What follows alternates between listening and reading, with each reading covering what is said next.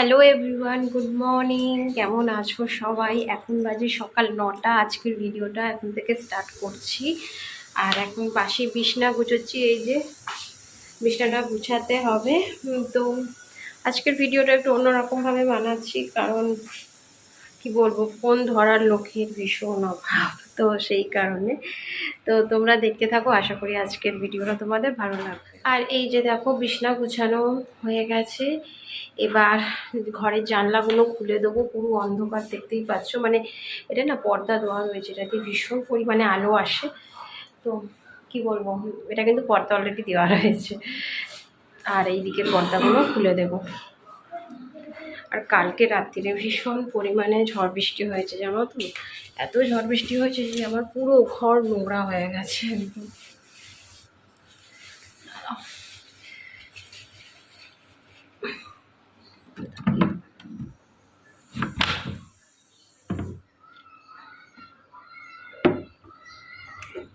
একেবারে সকাল সকাল না, শান্ত পরিবেশ বাইরের। আমার মুখে একটা গোটা বেরিয়ে গেছে, কেন কি জানি, এখানটায়। এই যে দেখো, জানলাটা খুলে দিতে ঘরের মধ্যে খুব সুন্দর একটা আলো। এবার যাব রান্নাঘরে। রান্নাঘরে অনেক কাজ আছে, মানে সকালে জল খাবারও বানাতে হবে, অনেক কাজ। তো চলো, আসলাম এখন রান্নাঘরে। আর সকালে জল খাবার বানাবো। দেখি। রুটি তো মানে আটা তো মেখে রেখেছি, এখানে কোনো সবজি বানাতে হবে। দেখি ফ্রিজে কি আছে, চলো তোমাদের দেখাই। এই যে দেখো, কুমড়ো রয়েছে। তো ভাবছি কুমড়ো আলুর তরকারি বানাবো। তো চলো এটাকে বার করি।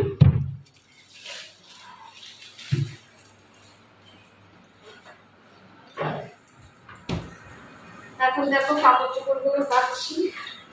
ওইদিকে তরকারি বসিয়ে দিয়েছি, ভাবলাম যে তরকারিটা হোক আর এদিকে আমি জামা কাপড়গুলো কেচে নিই। কারণ আকাশের অবস্থাটা সেরকম ভালো না, যদি আবার বৃষ্টি টিষ্টি আসে। একসময় তো রোদ্দুর উঠছে, কিন্তু আবারও মেঘ হচ্ছে। তো ভাবলাম জামা কাপড়গুলো আগে গুছিয়ে ধুয়ে নিয়ে শুকনো করে নিই, তারপরে দেখা যাবে। আর এখন রুটি বানাচ্ছি, তরকারি হয়ে গেছে। এটা বানিয়ে নিই, কারণ অনেকটা বেলা হয়ে গেছে, এখন প্রায় 10টা বেজে গেছে। আর আজকে যেহেতু রবিবার, তাই তাড়াহুড়ো তো বেশি নেই, কিন্তু অনেক বেলা হয়ে গেছে তো ঘুম থেকে উঠতে। তাই তাড়াহুড়ো করে টিফিনটাও বানাতে হচ্ছে।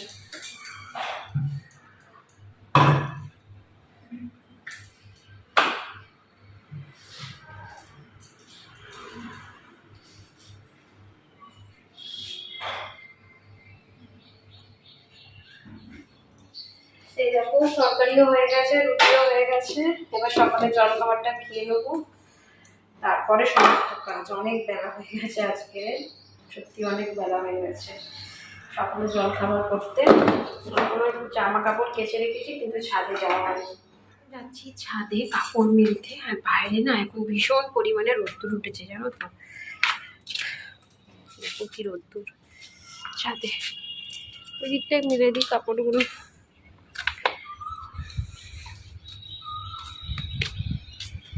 তাকানো যাচ্ছে না, এখনো স্নান বাকি, ঠাকুরের পুজো বাকি, এগুলো বড় কাজ। এই যে দেখো, এক বালতি কাপড়, এগুলো মেলতে হবে। ডিমটা কেমন হয়ে গেছে, কালকে দেখিয়েছিলাম না তোমাদের একটা ডিম, ওই যে গাছের গোড়ায়। জানি না দেখতে পাচ্ছ কি পাচ্ছ না। ভীষণ রোদ্দুর গো ছাদে, পাগল পাগল লাগছে, মাথাও যন্ত্রণা হচ্ছে। চলো কাপড়গুলো মেলে নিই, তারপরে নিচেও অনেক কাজকর্ম আছে। রান্নাঘরটা ভাবছি জানালাটা পরিষ্কার করব। অনেক কাজ টুকিটাকি। সব কিছু তো ভিডিওর মাধ্যমে দেখানো সম্ভব হয় না, কারণ তাহলে ভিডিও অনেক বড় হয়ে যায় আর তোমাদেরও দেখতে ভালো লাগে না। অনেক দিন যেন তেরম ফেস টু ফেস ভিডিও বানাই না, অনেক দিন পর বানাচ্ছি, তো দেখতে থাকো। গতকাল রাতের কালবৈশাখীতে গাছপালাও যেন একটু ওলটপালট হয়ে গেছে জানো তো। আর তার সাথে আমার ঘরবাড়ি। সকাল সকাল এইভাবে যে আজকের ভিডিওটা শুরু করতে হবে সেটা কখনোই ভাবিনি। ভেবেছিলাম নিত্যদিনকারের মধ্যে যেভাবে ব্লগ বানাই, মানে ফোন ধরে যেভাবে সুন্দরভাবে শ্যুট করি, সেটা না আজকের আর সকাল থেকে হলো না। কারণ কি বলো তো, যেহেতু আজকের রবিবার ছুটির দিন, তাই কাজকর্ম আমার রয়েছে দ্বিগুণ। আর তার সাথে আমার বড় এখন না ফোন ঠিকঠাকভাবে ধরতে চায় না, তো সেই কারণেই আজকে এইভাবেই আমাকে ভিডিও শ্যুট করতে হচ্ছে। এখন দেখো নিচে এসে রান্নাঘরের জানলাটাকেও পরিষ্কার করে নিচ্ছি। এই জানালাটায় এত তেল ছিটে ভাব হয় যে বলার মতো নয়। কারণ কি বলতো, যেহেতু এখানে আমি রান্না করি আর আমার গ্যাসটা সামনেই রয়েছে, তো বুঝতেই পারছো যে এখানে কতটা তেল ছিটে পড়ে। তো যাই হোক, এখানে না একটা অঘটন আমার সাথে ঘটে গেছে। যেমন এই স্কচব্রাইটটা দিয়ে আমি পরিষ্কার করছিলাম, তো মাঝপথে না স্কচব্রাইটটা আমার জানলা দিয়ে একেবারে নিচে পড়ে গেছিলো জানো তো। তাই আমার এত দুঃখ লাগছিল যে বলার মতো নয়। কারণ আমার হাতের কাছে আর এক্সট্রা স্কচব্রাইট ছিল না যে আমি এটাকে পরিষ্কার করব। তারপরে দেখো এখন টাইলসটাকেও একটু ভালো করে জল ন্যাকড়া দিয়ে পরিষ্কার করে নিচ্ছি। রান্নার পর তো পরিষ্কার করি টাইলস, কিন্তু এই ওপরেরগুলো না একদমই পরিষ্কার করা হয় না। আর যেহেতু সাদা টাইলস, তাই খুব তাড়াতাড়ি নোংরাও ধরে যায় জানো তো, আর দেখতেও বাজে লাগে। আর সাদা জিনিসের নোংরা ধরলে দেখবে খুব তাড়াতাড়ি বোঝা যায়। তো যাই হোক, আজকে যেহেতু ছুটির দিন, তাই ভাবলাম যে রান্না বান্নাটা একটু দেরি করেই বসাবো। আর এই যে দেখো, আমি এখন মাছের জারটাকে নিয়ে চললাম সোজা বেসিনের কাছে, মানে সিঙ্কের কাছে। কারণ এই জলটাকেও পরিষ্কার করতে হবে। গতকালই না এই জলটা আমি পরিষ্কার করেছিলাম, মানে এই অ্যাকোরিয়ামটার মধ্যে মাছগুলোকে রেখেছিলাম। কিন্তু সকালবেলা উঠে দেখছি যে জলটা এতটা কি করে নোংরা হয়ে গেল। তাই জন্য ভাবলাম না, এটাকে আগে পরিষ্কার করে দিই, নাহলে মাছগুলো আবার অক্সিজেনের অভাবে মারা যাবে। আর যেহেতু আমার মানে কি বলবো, অক্সিজেন সিলিন্ডারটা নেই, তাই জন্য আমাকে এখন রেগুলারই একটা আমার এক্সট্রা কাজ একটা বেড়ে গেছে বলতে পারো।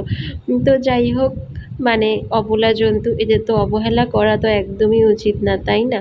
আর এই যে দেখো, নতুন মানে ফ্রেশ জল পেয়ে মাছগুলো কি সুন্দর খেলা করছে।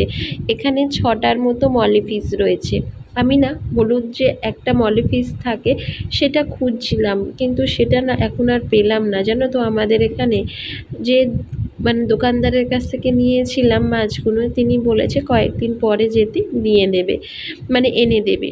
আর এই যে দেখো, একটু ফ্রিজ থেকে ঠান্ডা জল বের করে এখন পটলগুলো কাটবো।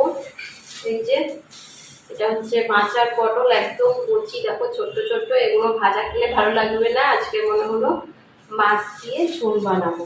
রুই মাছ এনেছে, কেটে রেখেছি।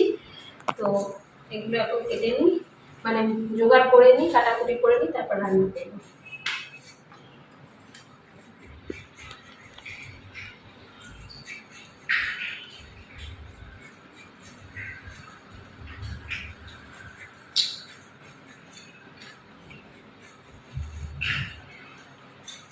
এই যে দেখো, একটুও দানা হয়নি,